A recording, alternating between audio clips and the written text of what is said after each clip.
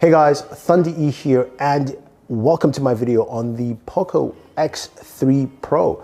Now, you guys know POCO does a really good job at bringing in high-end specs into lower price devices. And there's no exception here with the X3 Pro, which I have in my hand in this nice blue color. This is rumored to be priced at $320, but I'll give you the exact pricing pinned in the comments below because this was recorded before the press event. Now, this device is really cool. I do like what it brings to the table.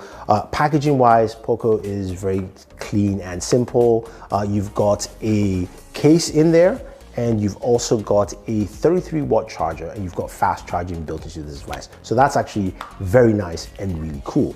The other thing also is when you look at this device overall, you're getting a lot of features that, yeah, honestly, you shouldn't be getting at this price point. So you start off with its battery. 5,160 milliamp battery. This is not a 5G device, so you should expect this to last you more than a day, well into the next day with this device. So that's actually very nice. Then it also comes with the Snapdragon 860 processor. Now, I have no stats on this processor because I've tried to use benchmark tools. I've tried to use tools like 3D Mark, which just doesn't work with it at all. I've tried to use Geekbenchmark, it runs and it just stops. So they're not letting me do any benchmark tools yet. So hopefully once this fully launches, I can run some benchmarks for you and give you an idea what the performance is. But it's a 7nm chip, so you can expect it to perform a certain way. And we'll get to some gaming in a second here. Display though is nice, 120 hertz display, 240 touch sensing, which is pretty cool, great for that gaming experience, but it's also got stereo speakers. And honestly, let us go ahead and take a quick listen.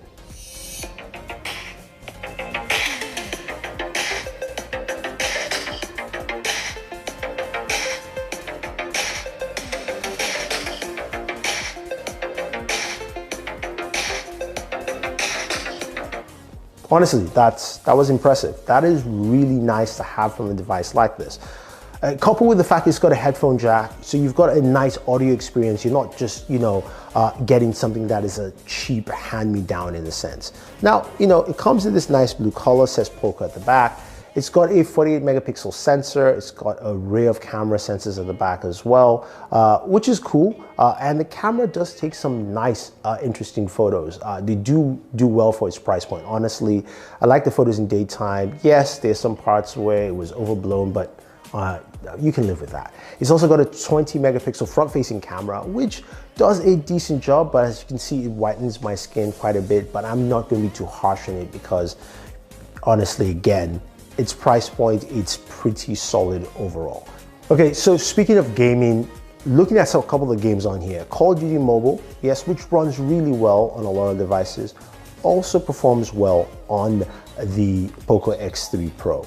The ability to run around, take out people, it does really well. Honestly, it's really smooth. That 120 hertz, 240 touch sampling is a nice way to actually use a budget device like this.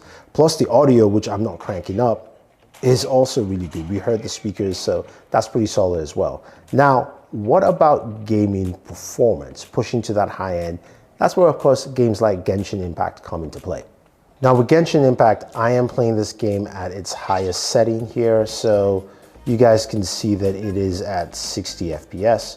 And what do we get in terms of performance? Now, as I mentioned, benchmarks I'm actually running directly off the device itself using Game Studio.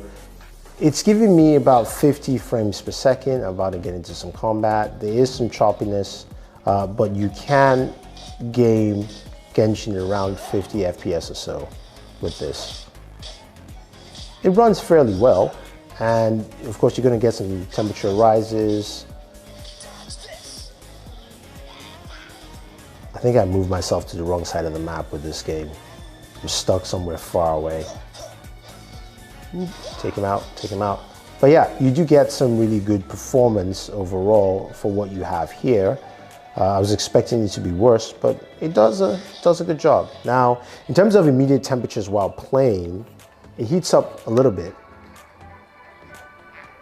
And we're looking at like 108 degrees or so, roughly for this. 107, 108, which is about 42 degrees Celsius. So that's what you're getting in terms of temperatures for this. But performance-wise, you can play this quite well. Now, some of you probably be asking, what about PUBG? And just to kind of finish that up, PUBG is one where I'm not going to necessarily show you gameplay, but I'll show you some of the settings. You do have access to your full set of settings for PUBG Mobile, and I will tell you that in each of those, it runs as to be expected. So if you're playing PUBG and you're playing at Ultra HD Ultra, you're going to be getting about 37 frames per second, which is fine. And if you're playing PUBG at Smooth Extreme, you're going to be getting closer to, so Ultra HD Ultra is right here.